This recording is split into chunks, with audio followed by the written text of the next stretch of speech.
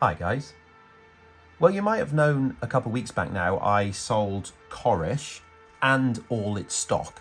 Now, I used a lot of that stock when I was running Skarloey themed trains, so that was a big hit in that department. Now, the only other Skarloey goods stock that I had was actually for the first diorama, and I donated that to the Talyllyn for their displays when they go to exhibitions. So that's left me with really, well, none. I have no wagons here for it at all. And for a project coming up in the somewhat medium length future, I'm going to need them. So we all know that a lot of the stock was based around the Talyllyn and Corris and places like that. So obviously there's the slate wagons there. You also see like the opens and things like that. But there's one other type of wagon which is actually really interesting, and it wasn't one I noticed at first, which is here. These are like, they almost look like colliery type wagons, and someone will be able to tell me where these are from because I don't know. Well, in fact, Alec at Westcliff Works will be able to tell me because they've made me some. Now, again, this was something I don't know if they are in there, there's a little bit there. This isn't one that I had planned to do, but because Alec had printed them, I thought it was a really cool thing to actually build them. I'm just running through this to try and find wagons now, which there are none. Okay. Anyway, they're here. Now, these are really interesting. Oh, that one's got wheels in because I was testing them, and I can assure you they run really well. They're a really interesting design. You can see from the ends here that you've got the slant there. That's because where the metalwork is there, this would obviously tip up at that point. So there's that. This one's got like a big amount of, I'm assuming that's like a braking system on it. And how many have I got? Well, there's 6 in here, but that's a lot, so I'll probably do 5 because that seems a better amount. They're actually, these look different. I might have mixed them up because, well, you won't see them on here, but Alec gave me 2 sets. And I've forgotten the difference between them, so I'll probably just paint them all up and see what happens. You can see in the pictures, like I said, we're probably going to go for a nice wooden effect. Probably nice warm wood. Something like this one, actually, because that's a wagon I started a while ago and didn't actually go through with.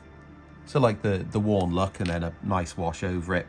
Pick out the ironwork and or the metalwork, and jobs are good in there.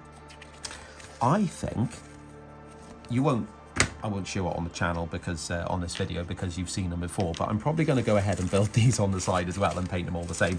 Now this is a big pile of Minibuilds that Evan had sent me and I haven't got round to building. Now there are, what's in here? That's an incline. That is like a 2-plank wooden one that's like a corris type. There's some 3 slate wagons, normal 2 bars. These are 2 bars. This is a Queen Mary, so that's like the coal ones with the fat sides on them. Or tall was a better word. And this is a double set of metal framed ones. So I'm actually going to go ahead and do all of these wagons in one video. And out of pure interest, if you do follow Instagram and things and see things I do, not on the videos, but in the background, probably do these ones as well at this point, because you might have seen I've put others up for sale. So let's do that. Now, obviously, we're just doing these, we're trying to focus on those particular wagons today, and I said I've got an awful lot I'm going to be painting in earth brown and doing the wood effect. But one wagon that you haven't seen really done yet is like rusted up bodies. I should do these as another video really, because I think they look pretty cool. These are going to be any iron bodies for the Skarloey. I'm actually going to have them just fully rusted up on top and then rotted wood below, just for something slightly different to the Talyllyn stuff, which is going to be painted, which is obviously painted in grey. Right, so the biggest portion of these wagons is wood, and I'm going to do my traditional technique because I'm a creature of habit, which is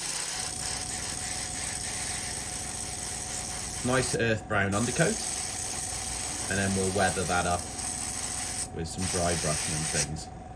And this type of wagon, I think, really lends itself to the dry brushing method. So I've got my my off-white. This is light antique white. Put a bit on the little bit on the brush if you haven't done this before. Then get a little bit of tissue and wipe as much of it off as you can.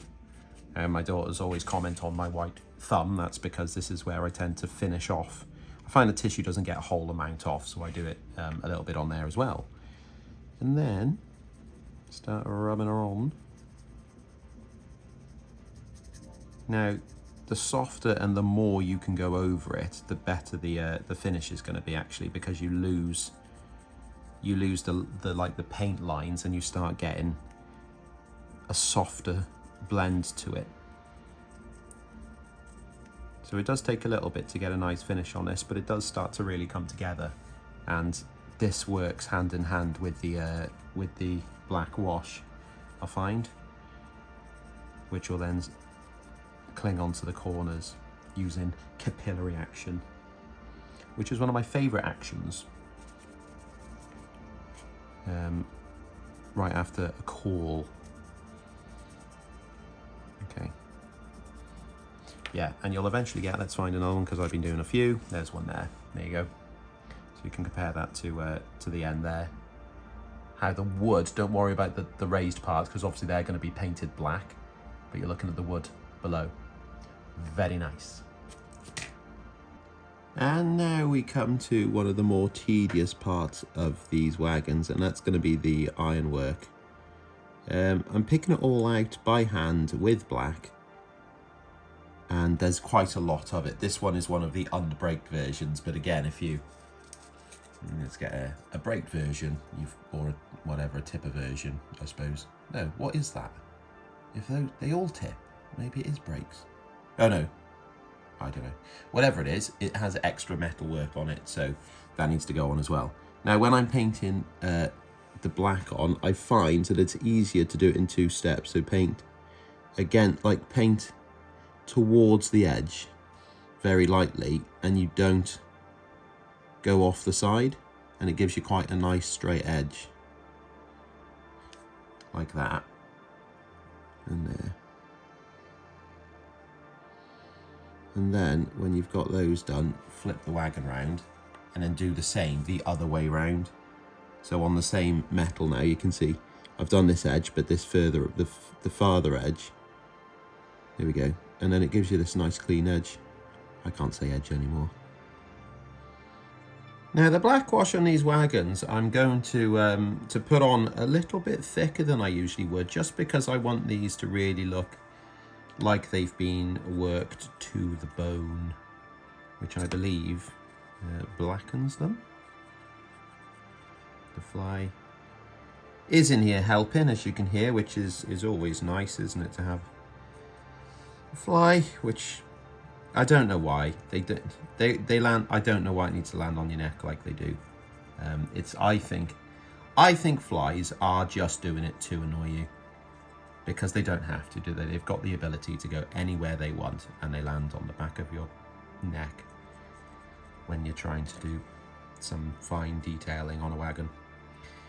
But there we go. That's where I would land if I was a fly in your room, I suppose, just to annoy people. Right, I should do the inside. If you haven't seen this before, it's a really quick and easy way of weathering things. I do it on everything because time is a little bit of an issue for me. So I find this is a really good one. I do also like the finish it gives this rolling stock. So that's just neat paint on there now, and then I'll just go along with water on the brush and just work my way around. And as you'll see, hopefully, it'll begin to pool in the corners, around the details, on my thumb, under my nails, anywhere where, ideally, anywhere that the wagon wouldn't be getting touched too often. Get out the middle a little bit, if that makes sense. So usually, along here, you can assume people are grabbing it quite a lot whilst they're working.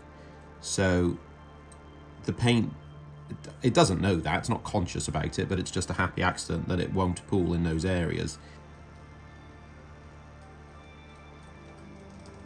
Well, there we go. There's those funny wagons off of one of the pictures in the books. Finished. Yeah, Skarloey with them, which is hobbling along because that's what these Skarloeys do, and I will not accept from anyone that they're a good runner because I've had 4 of them now and they're all crap, so let's just agree that you're wrong about that. Yeah, you can see that actually they're really quite nice. They're something different because they don't look like any of the other wagons that I build for this layout, and you can see the ones in the background there that I've done 1, 2, 3, 4, 5, 6, 7, 8, 9, 10, 11, 12, 13, I think, extra wagons, which are obviously all Talyllyn or Corris style, even though I've painted them up in like rust and things for the Skarloey. They're still their prototypes. They are all mini builds, and I've had a few people asking about mini builds recently. Now, just because they have been quiet because of their doing their GCSEs and things like that, because they are. Evan is only young. With the help of his dad, he's doing these, and I have said in the past that they are genuinely very good kits. So they're going to be up and running again soon, so fear not if you're one of the people who have asked about it. They will be ready soon.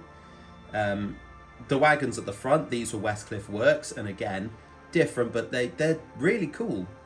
They've got a real vintage look about them, which is grand.